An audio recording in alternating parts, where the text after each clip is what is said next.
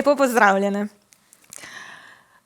Ni dolgo časa nazaj sem prebrala v neki knjigi en zelo zanimiv citat antičnega grškega filozofa Heraklita, ki je dejal, da nihče ne stopi v isto reko dvakrat, ker on ni več isti človek in reka ni več ista. In ta misel mi je dala misliti meni, da pravzaprav vsi vsakodnevno živimo z nešteto spremembami. Za nekatere se odločimo lažje, za nekatere se odločimo nekoliko težje.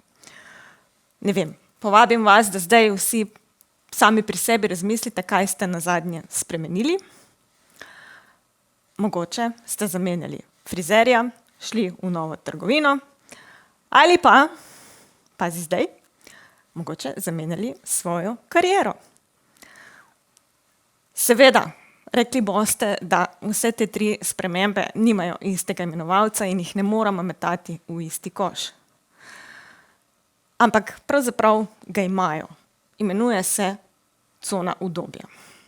Vsi ljudje smo radi v coni udobja. To je v nas. Radi imamo predvidljivo okolje in v tem se počutimo varne. Gremo zjutraj v naš poznani avto, odpeljemo se po poznani cesti do naše službe, pridemo v pisarno, spijemo kavo s poznanega lončka, z našimi poznanimi sodelavci in tako ponavljamo to iz dneva v dan. Ampak hkrati se pa nekje v nas prebuja tudi želja po spremembi. Zakaj? Zato, ker se mogoče v tej službi ne čutimo več izpolnjeno. Ne čutimo se več, da nekaj pomenimo.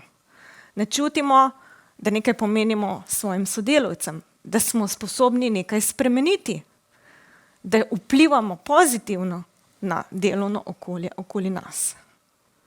In tako se po delovnem dnevu vrnemo domov in se zleknemo v naš udoben kavč, ki je prav tak kot naša cona udobja.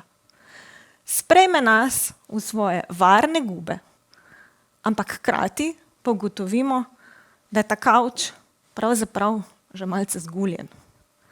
Da tam zadaj že nekje nek Feder gleda in nas žuli.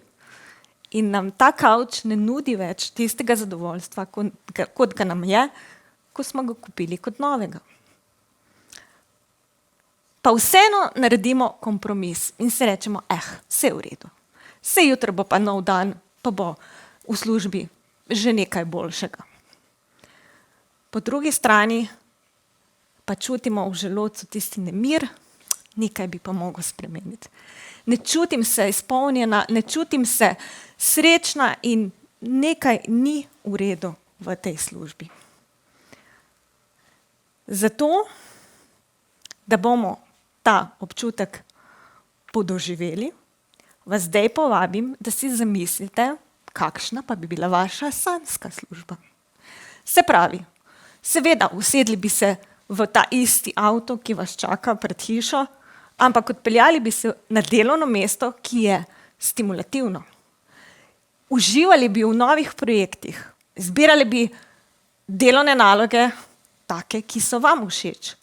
Počeli bi nekaj, kar je dejansko in resnično v svojem bistvu vaše poslanstvo. To pa je drugačen občutek, kaj ne? Ampak, da pridemo do tega občutka, bomo morali najprej nekaj premakati. To pa je strah. Čisto preprosto strah. Spet stvar, ki nam je vsem v našem bistvu. Zakaj? Zato, ker smo ljudje, prvič, bitja navad, drugič, niso nam všeč nepoznane stvari in tretjič, želimo si varne cone udobja, kot smo že rekli na začetku. Pa še ena stvar je, nepoznano nas malček plaši. Da pa bomo ta strah premagali, bom zdaj z vami podelila 4 stvari, ki vas bodo popeljali iz cone strahu v cono, recimo temu, vaše sanjske službe. Prvi korak je ta, da ste iskreni.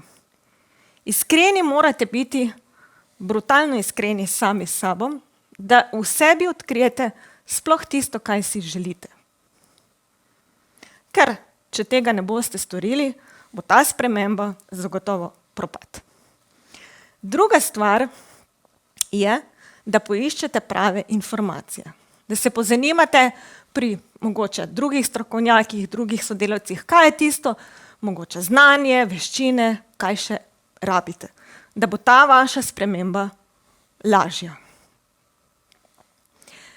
Tretja stvar, ki je tudi zelo pomembna, je, da pustite svojim mislim prosti tok. Da se širijo ideje, da ste kreativni, da iščete rešitev, ustrezno vam, ki bo pomagala to spremembo narediti lažje. In četrta stvar je idealni trenutek. No, to pravzaprav ni četrta stvar. Zakaj? Zato, ker vsi vemo, da idealnega trenutka ni. Torej, drage moje, odločiti se boste morali in same določiti dan D. Dan D, ko je čas za skok iz cone udobja v spremembo. Zakaj vam to govorim? Zato, ker sem tudi sama šla čez podobno pot. Imam preko 14 let delovnih izkušenj s kadri, z razvojem kadrov in pomagala sem nešteto zaposlenim pri kreiranju svojih kariernih poti.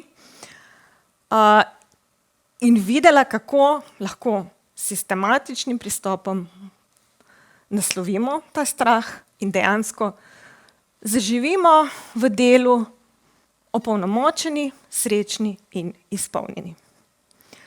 Seveda, ni vsakomur potrebno narediti ogromnega koraka in kar na vrat na nos zamenjati službe. Lahko je to čisto majhna sprememba, ki vam bo, ne vem, mogoče polepšala delovni dan, mogoče boste se potegovali za nek zanimiv projekt, se naučili dodatnih veščin in to je mogoče tisti poper in sol, ki vam bo vsakodnevni dan v službi naredil bolj zanimiv.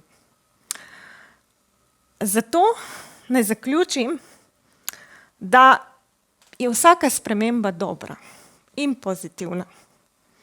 Zato, ker kot je rekel že Albert Einstein, da je brezpredmetno pričakovati drugačen rezultat, če pa stvari vedno znova in znova počnemo na isti način.